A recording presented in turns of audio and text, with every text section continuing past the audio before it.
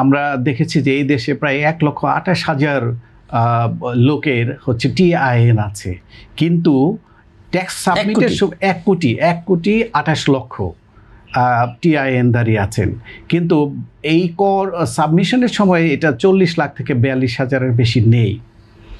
কাজেই এই দিকটাতে কিন্তু খুব বড় মাত্রায় ফোকাস করতে হবে এনবিআরের, যে কেন তারা দিচ্ছে না বা না দিলে তাদেরকে কিভাবে উৎসাহিত করা যায়। এখানে আইনের প্রয়োগই নয়, শুধু এটাকে ট্যাক্সকে সাবমিট করার জন্য উৎসবমুখর পরিবেশে আনতে হবে।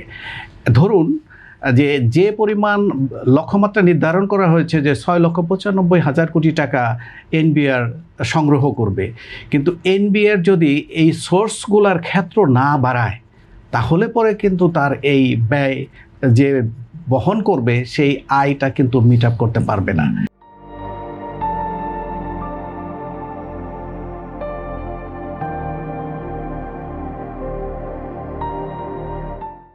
কাজেই 6,95,000 কোটি টাকার এই আয়টাকে বাড়ানোর জন্য দুটি রাস্তায় আছে। একটি হচ্ছে কি এক্সিস্টিং যেই সোর্সগুলো আছে তার উপর বেশি করে বাড়ানো, দ্বিতীয়টি হচ্ছে যে যেই সকল সেক্টরগুলোতে করের আওতায় আনা হয়নি সেগুলোকে আনতে হবে। তো এটা আমরা বরাবরই অর্থনীতিবিদ থেকে শুরু করে যারা আছেন ইকোনমিতে, যারা সুপরামর্শ দেন, তারা সবসময় বলে আসছেন যে ট্যাক্স বেস বাড়ানো দরকার।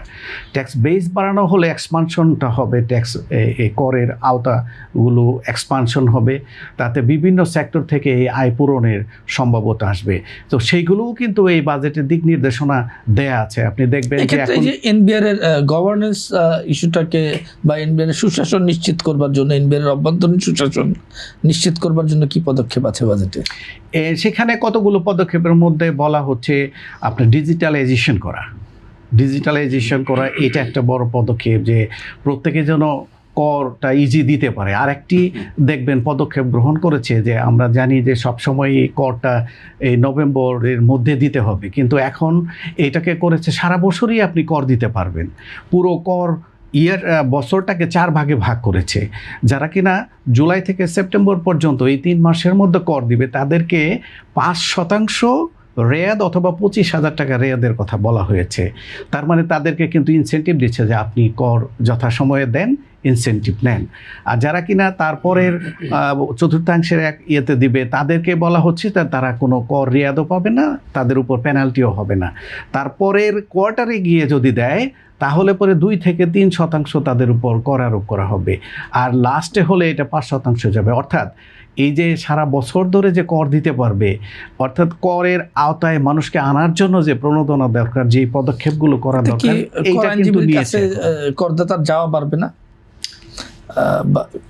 কি? কর আইনজীবীর পিছনে করদাতাদের আরো বেশি করে ছুটতে হবে কিনা? ছুটতে হবে, এটা আসলে নির্ভর করে যে করদাতা তারা কতটা কনসার্ন। আপনি দেখবেন যে এখন অনলাইনে কর দেওয়ার ব্যবস্থা করার ফলে এটা যেমন সহজীকরণ হয়েছে, আবার কিছু কিছু টার্ম আছে যেগুলো কিন্তু করদাতাদের বুঝতে কি অসুবিধা হয়।